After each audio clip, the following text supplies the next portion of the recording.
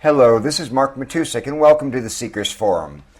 Last month, we talked about the fact that ought does not exist in nature, that what we call right and wrong, good and bad, are actually social constructs. They're ideas, not facts, about what morality obliges us to do in any given situation. As we discussed, humans create systems of justice and fairness, permit and taboo, to maximize the health of societies, which is a necessary and an honorable thing. But in doing so, we create social censures that become consensus reality, which then influences how people live their lives, including on the matter of what we call vice. Today we're going to be talking about the virtue of vice and the paradox of desire in everyday life. Now, there are many definitions of vice. Immoral and wicked behavior, criminal activities of various kinds. But what interests me for the purposes of our discussion is not any particular taboo or disapproved of behavior, but the custom of labeling certain things as vice, and the judgment that a group brings to this label, which depends entirely on the society in which it's happening. There's an arbitrary nature to these labels. When we look closely at this phenomenon, we see that all things labeled as vice have one thing in common. They somehow offend a society's attachment to some notion or other of purity and sacredness. Remember, we're born with a moral organ in the brain that has evolved to respond to a handful of universal human values that are tied to our survival. And one of the most important of these values is purity and sacredness. Protecting what we deem sacred and pure is a critical part of what makes us human and moral beings. In an effort to save ourselves from ourselves and maintain the decorum and decency of society, certain behaviors are forbidden by labeling them vice. In every case, some moral majority or institution has deemed that one thing is profane, another sacred, one thing forbidden, another allowed, whether or not these supposed vices do harm to ourselves or anyone else. Now, the trouble with biased moral judgments is that they can lead to many immoral conclusions, as all of you know. The quest for purity is the force behind racism, nationalism, and bigotry of all kinds, including what may be our most ancient and pernicious widespread prejudice, the subjugation and the abuse of women and girls. Females have been linked to vice in religious traditions and cultural mores since long before the horrification of Mary Magdalene, who actually shows no historical evidence at all of having been a prostitute. The quest for purity is what makes it illegal in fundamentalist cultures such as Saudi Arabia for women to drive, interact with men, try on clothes at stores, or even read uncensored fashion magazines. Can you believe it's actually illegal for a woman to buy a Barbie doll in Saudi Arabia?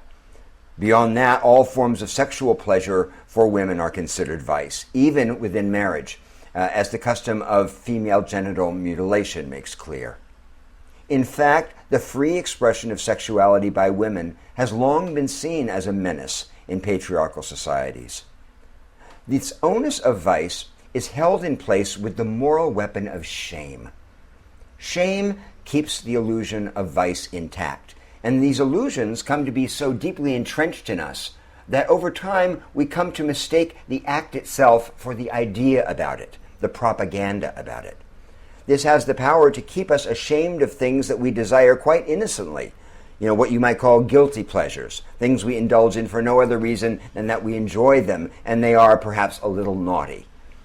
As spiritual seekers who struggle all too often to be too good, it's very easy to fall into the trap of shame when it comes to our minor humanizing vices. Now, I'm not talking about addiction, of course.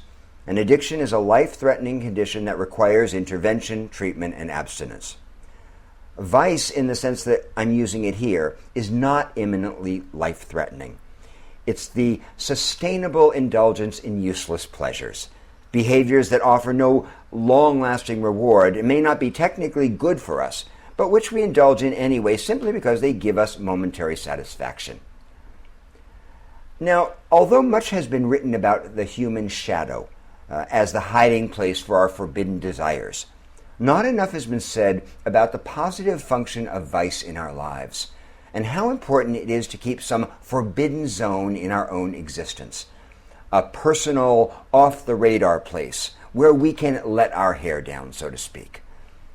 Vices allow us to keep the moral window cracked and allow the shadow in, and preventing us also from pretending to be too sanctimonious or too squeaky clean. Because without a whiff of forbidden fruit, the personality starts to mildew. It's like we're shut away in a too good cage. When we try to be better than we are, so good on our quest for awakening, we run the risk of becoming virtuous poseurs and turning life into a struggle for make-believe purity.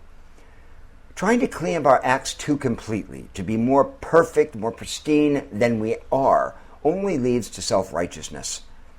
An excess of self-control is likely to turn one into a prig, bristling with superiority when confronted by the free, uninhibited behavior of others.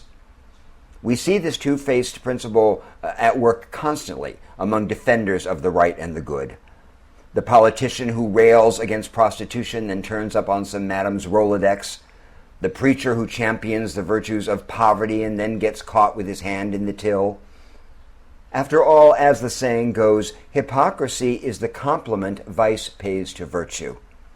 The fact is that none of us is all good or all bad in the sense of respecting society's limits. And when we attempt to stamp out vice, the inconvenient desires or whims or habits that run counter to societal approval, these urges do not go away. They go underground. Repressed desires simply manifest in other forms, often quite negative ones, including abuses of power, compulsive behaviors, physical stress, and even mental illness. If we can't get rid of our own so-called wicked impulses, we can always do the next best thing, create a crusade against them in others. And that's how the wheel of suffering and hypocrisy continues to turn. But spiritual maturity calls for something else entirely.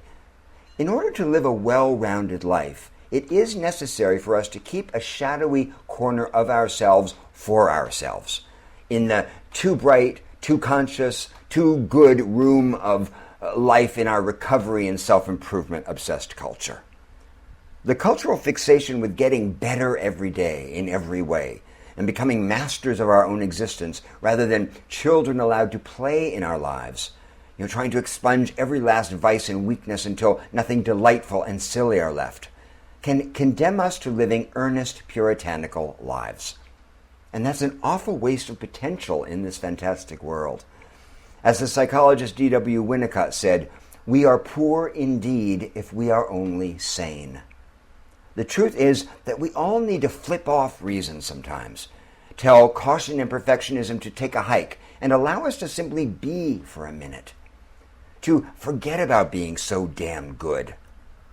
The French have a word for abandon like this, je m'en foutisme, which is the art and the practice of really not giving a damn. I think that that's the real reason why people smoke, have affairs, bungee jump, drink too much, and require opportunities for occasional excess. Why it is that no matter how right we are, sometimes we all need to be wrong too, and refuse to cut off that one last wart. Vices remind us that we'll never be perfect, and that's a good thing. Life isn't some household mess to be cleaned up, scrubbed clean till we're flawless and better than thou. We're much more complex creatures than Puritans would have us believe, thank God. And as a puritanical convert myself, I know this from personal experience. I used to have a perfection complex. When I first discovered the Dharma and self-improvement and the possibility of waking up, I became a kind of fascist for spiritual purity, a tyrant of thinking I needed to be fixed. Having been such an off-the-rails young man, I invested a neurotic amount of energy into cleaning up my act, quitting bad habits, and flagellating myself for the inevitable falls from self-mastery. As a new seeker, I believed that with enough willpower, I could achieve some squeaky clean version of integrity where shame disappeared forever and there were no monkeys on my back. But of course, this was ridiculous and doomed. There was always something more to give up, another weakness standing between me and my ideal self. hamburgers, TV, liquor, caffeine, gossip, erotica. Sooner or later, mostly sooner, I'd fall off the wagon and judge myself for it. No amount of self-flagellating helped. For reasons I could not understand, something in me needed to be bad sometimes in order to feel really good. I needed to trespass, to fall down, to contradict myself, to be less than I could be for a change, in order to be happy. I couldn't have told you why this was exactly, only that it seemed to be a part of nature and was an incontestable fact. This manifested in my life in many ways, but nowhere more irresistibly than in being a closet cigarette smoker. I'd been an intractable, semi-secret butthead since I was a teenager, flirting with this banal compulsion, quitting, starting, stopping again for years at a time. I would swear to stop for good, but always returned with this strange combination of pleasure, relief, and shame to a stinking habit that I knew to be harmful. Now, I was physically addicted, of course, but that wasn't the real hold that this vice had on me. The truth is that smoking was a kind of refuge for me. Those times when I lit up, usually at the end of the day, represented the part of me that was nobody's business, where I could just fall apart, so to speak, and stop trying to behave so well. It freed me of my own sanctimonious rule-making. My own mother used to say rules were made to be broken. My mom didn't have a pious bone in her body, which is what people loved about her. She was a real broad, a smoker, a drinker, and a deflator of grandiosity wherever she saw it. My mother was always a defender of the common and the earthy. And she gave me a life lesson about this one afternoon. It was quite amazing, without meaning to. It was during some tormented, virtuous period of my life, many decades after I'd moved out of her house. I was staying with my mother and took a cigarette out of her pack without asking and then slipped off to the garage for a smoke. I'll never forget the delighted look on my mother's face when she found me there sitting on the washing machine. She could see how embarrassed I was and was tickled pink that her self-righteous, born-again seeker son had been caught with his moral britches down. She was smiling when she sat down beside me on the washing machine and lit up her own Pall Mall. We sat there smoking in silence together for a while, till finally my mother asked offhandedly, "What are you so afraid of?" I really didn't know what to tell her. Then she said, "Being human?" I could feel something pop in my ego when she said that, because I knew that my mother was absolutely right. That's exactly what I was afraid of. Being human, being complex, having a shadow, having conflicting desires. The urge to both aspire to the good, the true, and the beautiful, the higher realm of things, and to dive into my animal urges and swim in the river of sensation and impulse. Both those things were true in me. The so-called angel and devil were actually twins connected at the hip, inseparable. And that was exactly as it should be, because I was a human being, homo duplex, the animal that has two sides and needs its shadow in order to feel complete.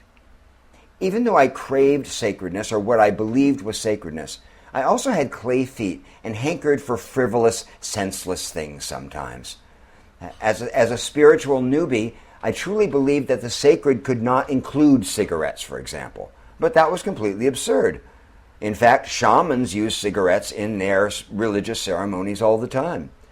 The idea of vice was nothing more than a moral judgment that went farther, much too far, beyond the fact that cigarettes are terrible for your health.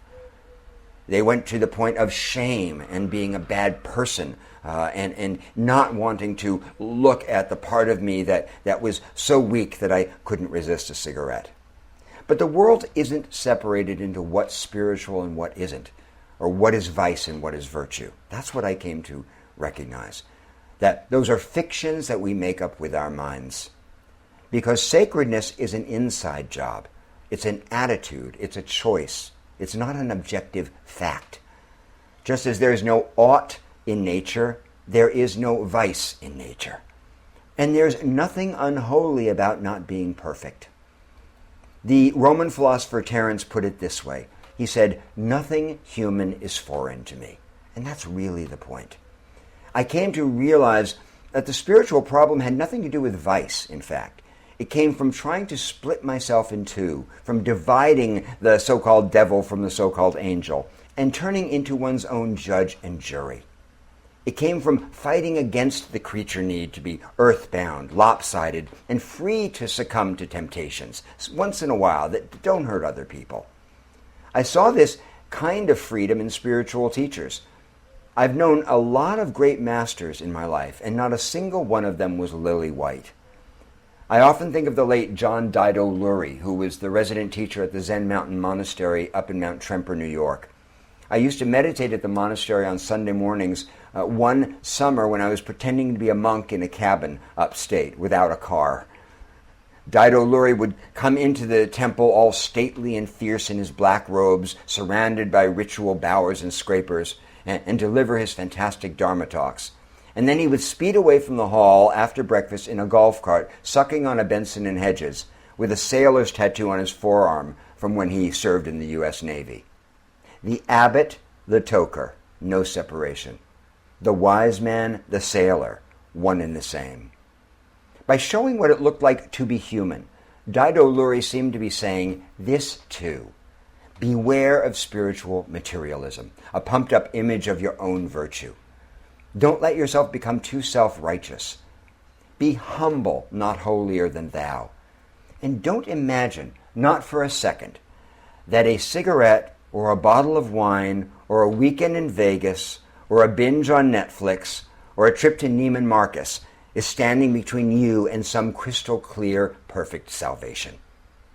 To believe that is to believe the myth that our bodies are us, and that the laws of men are an obstruction to divine acceptance. As if we weren't already accepted, as if we weren't already saved. Over the years, I came to see this same principle at work with other teachers who ate too much or shopped too much or spent a lot of time out of church, temple, or mosque power scrolling through their Twitter feed or indulging in some other silly pleasure. For the most part, these teachers weren't ashamed of their vices because they didn't take themselves too seriously.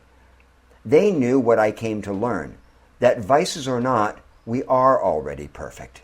And we are also moral beings in progress who need to be mindful of what we do, but not so mindful that it leeches our lives of frivolity. What would life be if we couldn't be frivolous, if we couldn't be light, if we couldn't be silly, if we couldn't be unsensible, off the leash, out to lunch, if we couldn't live without the agenda of self-improvement once in a while? So ask yourself, what are your particular vices? And what are the desires or urges or temptations that cause you shame? Are there parts of your shadow that you don't accept, inclinations that you reject? Do you harbor urges or so-called weaknesses deemed wrong by the family or society around you? And how do you cope with that conflict? How do you deal with puritanical nature, with becoming too pious, with becoming too self-righteous, too unself-accepting? Okay. Does shame prevent you from indulging in things you enjoy? These are very important questions to investigate. My favorite writer of all time, Ralph Waldo Emerson, put this very well. He said, "Your goodness must have some edge to it, else it is none." Isn't that great? Your goodness must have some edge to it, else it is none. Vice, and the way that we're talking about it today, is part of keeping that edge. It's a foothold in the common world. So before we go, I'd just like to tell you a story of a friend of mine. It's a cautionary tale about virtue and vice and finding a place somewhere in the middle.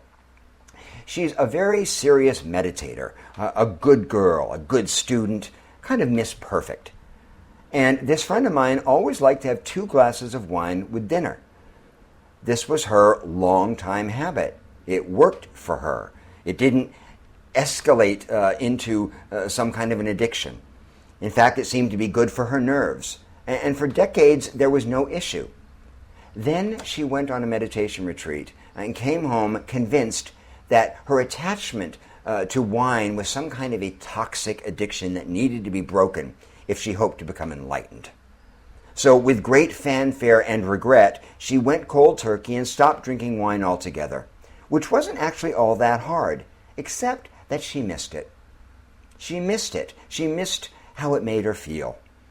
As a high-powered, in-control professional who lived on deadlines and spent much of her life wound up as tight as a screw, her wine at night was emotional punctuation, a kind of a parenthesis that told her that she was done for the day.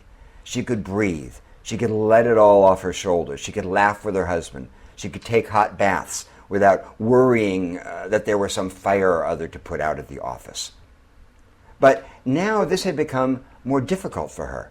She was abstinent, but over time she started to get a little moody. She would talk about things like, all I do is work, where's the fun, where's the payoff? Over time, this moodiness turned into a bit of bitterness that just wouldn't let her go. And so she went to therapy, she did more retreats, she tried talking herself out of her true feelings, but all to no avail. The truth is she missed her wine with dinner. She had somehow thrown off the balance of light and heavy, earnest and silly in her life, and it was having unexpectedly wide-ranging consequences. Finally, she went to her teacher and asked him what she should do. And to her great surprise, he told her that she should go back to having wine with dinner. Well, my friend was completely astonished. This seemed to contradict everything she believed about spiritual discipline and about a detachment. But she followed her teacher's advice. But her compromise with herself was that she would have only 1, not 2 glasses with dinner, except on occasion. And this bit of cutback satisfied her need to make a change while respecting her need for an innocent vice. We who know her and love her were grateful for this change because she was simply so much happier and more free, mostly of her own self-judgment and her stranglehold on the idea of perfection. Now she's more humble and a lot more fun to be with, as well as more honest, because she has surrendered to her desire. Okay, she's found that middle way between vice and virtue. So think about the role of vice in your life, your judgments about vice, your stories about vice, where you feel caught, where you feel blocked and unable to touch on your own true desires because you have simply buried them too deeply. Look into these questions. Ask yourself these questions.